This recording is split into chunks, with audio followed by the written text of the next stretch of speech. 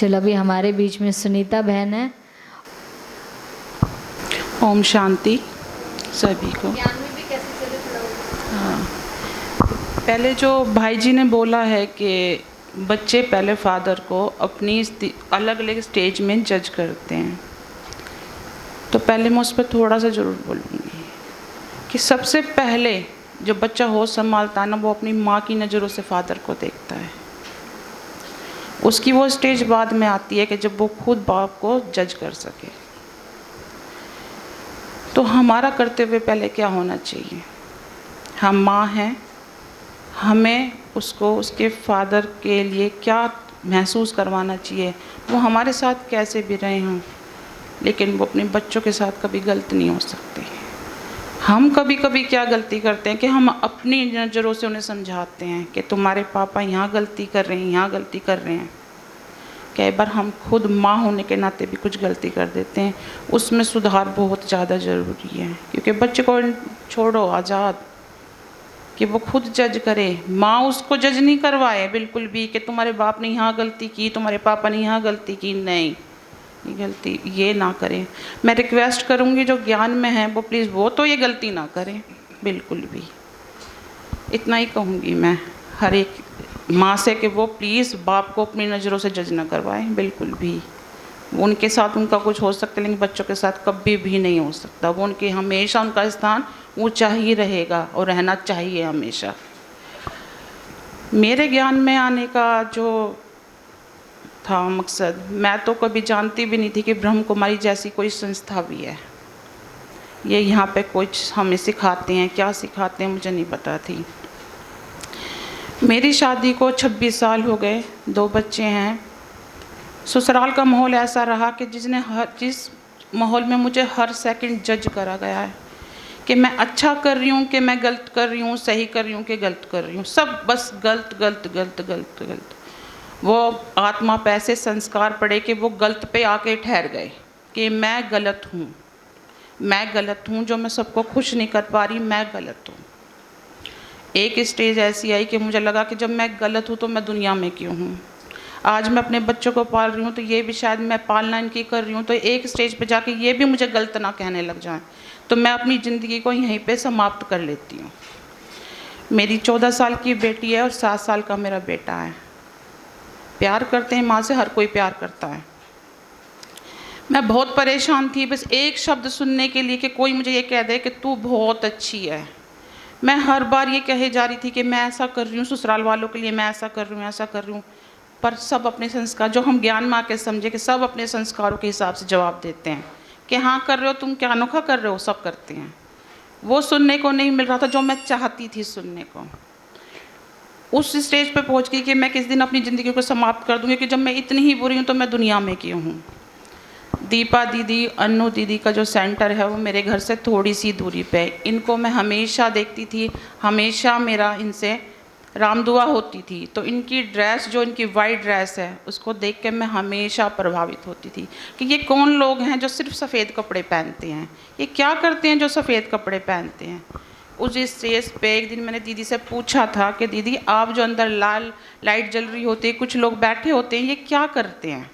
तो दीदी ने बोला ये मेडिटेशन करते हैं, आप भी आओ। वो ये था कि जब शायद मैं 1-2 दिन बाद सुसाइड कर लेती, ये उससे 1-2 दिन पहले की ही बात है कि मैं बिल्कुल ठान चुकी थी कि मुझे मेरी ज़िंदगी चाहिए ही नहीं, ये बेकार है। जब सबकी ही नज़रों में मैं गलत हूँ तो मैं क्यों हूँ, जबकि मैं बुरी तो नहीं हूँ, फिर ये मुझे बुरा क्यों कह रहे हैं। दीदी ने बोला कि हम मेडिटेशन करवाते हैं, आप एक बार आओ। मैं गई, मुरली चल रही थी, मैं मुरली में बैठी। 2 दिन मैं मुरली में बैठी, मेरे सारे ही क्वेश्चन के आंसर उस मुरली के अंदर थे। मैंने 1 हफ्ते का कोर्स मुरली के बाद किया है। आज हम फादर डे बना रहे हैं और मैंने जो ये बात कही है कि हम पहले बाप को माँ की नज़र से देखते हैं, तो वो इसलिए कि दीपा दीदी ने जो मुझे कोर्स करवाया, मैंने शिव बाबा को उनकी ज़बान, उनकी नज़रों से देखा है। जो उनका ज्ञान था, हमें बताने का जो तरीका था, वो क्या था, हम कैसे समझ रहे थे उसे, उस चीज़ को क्या समझ रहे थे। हमें कोई भी धर्म हमें ये नहीं सिखाता पवित्रता क्या होती है, वो पवित्रता को क्या समझाते हैं। कोई पंडित घर में पूजा करवाएगा तो क्या कहेगा, स्नान करके आ जाओ, बैठ जाओ पूजा में। कोई ये नहीं बोलता कि आत्मा की पवित्रता क्या होती है। वो सिर्फ यही एक बाबा का ज्ञान है जो हमें समझाता कि जो आत्मा की पवित्रता है वो ज़्यादा जरूरी है। शरीर तो नष्ट हो जाएगा, उसे तो ख़त्म ही हो जाना है, तो पवित्रता कहाँ की जरूरी है? आत्मा की। पवित्रता का शब्द आत्मा से होना चाहिए। तो ये ज्ञान को ऊंचा क्यों कहा गया? क्यों ये ज्ञान ऊंचा है? क्योंकि इसने हमें अंदर से, इसमें ताकत है हमें अंदर से चेंज करने की। हमें वो ताकत है। मैंने हर मंदिर में जाके देखा था, भगवान के सामने बैठी रहती थी, मैं रोती थी कि क्यों जवाब मुझे नहीं मिल रहे हैं। लेकिन मुरली में मुझे सारे जवाब मिल गए थे, अपने सारे के सारे जवाब, कि मैं क्या गलती कर रही थी, वो दुख क्यों था मेरे लिए, सुसाइड की तरफ मैं क्यों जा रही थी, क्रोध, इतने हाई लेवल का क्रोध मेरा। और अब मेरे बच्चे कहते हैं कि हम क्या मम्मी हम शरारत नहीं करते जो आप गुस्सा नहीं करते? अरे बेटे, शरारत तो तुम वही करते हो, मैं बदल गई हूँ। मुझे पता है क्रोध कितना ज़्यादा नुकसान करता है। नहीं, क्रोध क्या हमें क्या धारणा देता है? ज्ञान धारणा क्या है इसकी? क्या हमें छोड़ने के लिए कहता है? जो हम जीना सीख जाएं जिंदगी में। मोह, लोभ, अहंकार, शांति धारण कर लो। देखो ना, दुश्मन तो तुम्हारे कोई, जब हम वो चीज़ के ऊपर है ही नहीं तो दुश्मन कौन हमारा? कोई भी नहीं रहा। सब प्यार ही प्यार है, शांति शांति है। मेरे इतने ज़्यादा इमोशंस थे कि मैं सुसाइड की तरफ थी, और फिर एक सीधी लाइन। आज मेरे मन में कोई क्वेश्चन नहीं है। मुझे पता है कि सब सब सब बेस्ट है। मेरे साथ शिव बाबा है, मेरे साथ उनका ज्ञान है, मेरे साथ उनकी समझ है कि किस सिचुएशन में मुझे कैसे काम करना है। तो उसने मेरी ज़िंदगी को बहुत ज़्यादा आसान बना दिया। और सबसे बड़ी बात पवित्रता, जो मुझे इस ज्ञान में जो सबसे बेस्ट लगी है, पवित्रता, जो और कोई ग्रंथ, कोई भी देहधारी हमें समझा ही नहीं सकता। पवित्रता क्या? पवित्रता, हम आत्मा को पवित्र कैसे करेंगे? जब हम इन अपने विकारों को निकाल देंगे, और इन विकारों से ही सब चीज़ की उत्पत्ति है। हमारी अशांति की, हमारे दुख की, हर चीज़ की इसी से ही है। तो हम ये शिव बाबा की याद तो है ही, लेकिन जीने का तरीका इस ज्ञान के साथ है। इस ज्ञान से बेस्ट ज्ञान शायद ही हमें कोई समझा सकता हो।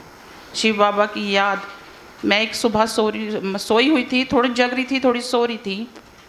मेरी नाभि से आवाज़ आई शिव, और जबान के ऊपर आया शिव बाबा। अंदर से मैं उठ गई, मैं हैरान हो गई कि ये कैसे आवाज़ आई अंदर से। मैंने अपने हस्बैंड को भी बताया।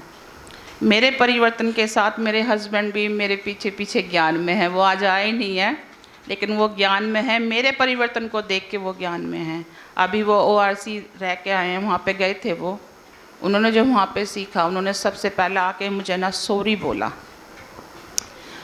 मैंने जो आज 26 साल तेरे साथ किया वो गलत था, वो नहीं होना चाहिए था। मैं दिल से सॉरी मांगता हूँ कि सच में मैं तेरे साथ नहीं था, लेकिन आज से हूँ। मैंने कहा अब तो वो टाइम ही निकल गया, बहुत टाइम हो गया, अब तो हम संभल गए, सब संभल गया सब कुछ। बोला कोई बात नहीं, पर मैं अपनी गलती मानता हूँ। तो क्या शक्ति है इस ज्ञान के अंदर? मैं अगर डिप्रेशन में थी तो कोई दवाई थोड़ी ली मैंने, किसने मुझे मेडिसिन थोड़ी दी है कि तुम डिप्रेशन से निकल जाओ। तो क्या था वो जिसने मुझे बदल दिया? शिव बाबा की याद और वो ज्ञान, जिसने मुझे समझ दी कि सही और गलत क्या होता है। जिसको मैं अपने दुखों का कारण मान रही थी, वो तो दुख के कारण थे ही नहीं। मैं तो खुद अपने दुख का कारण थी, क्योंकि मैं उस चीज़ को ले रही थी। मैं इतना ही कहूँगी कि जो छोटा सा परिवार जब मैं देखती हूँ, इस वाइट ड्रेस को पहनना आसान नहीं है, इस पर दाग सबसे पहले लगते हैं। और जो इसको धारण करता है ना, उनमें बहुत शक्ति चाहिए। कहते हैं ना सफ़ेदी तो कपड़े हैं, नहीं, ये एक लिबास नहीं है। सफ़ेद एक ऐसा रंग है कि जिस पे एक छोटा सा दाग भी सबसे पहले दिखाई देगा। तो जो ये हमारी दीदियाँ पहन के बैठती हैं, जो भाई जी पहन के बैठते हैं, उन्होंने क्या परिवर्तन किया होगा इस लिबास को पहनने के लिए? क्या त्याग, क्या चीज़ उन्होंने पाई होगी? तो इस लिबास को जब कोई कहे सफ़ेदी, तो सफ़ेद नहीं, ये तो बहुत बहुत बहुत बड़ी चीज़ है। सफ़ेद को कोई पहन के दिखाए और बेदाग रह के दिखाए, इतना आसान नहीं है, बहुत मुश्किल है। लेकिन करते हैं ना, बाबा का ज्ञान और वो धारणाएं हमें सारी शक्तियाँ देता है। आज बस इतना ही कहूँगी, अगर मैं आज यहाँ बैठी हूँ तो शिव बाबा की वजह से और बाबा के ज्ञान की वजह से। जैसी कृपा उन्होंने मेरे पे करी है, मैं सोचती हूँ कि अगर कोई भी बेचैन आत्मा है तो बाबा आप उस पे कृपा जरूर करना। ओम शांति।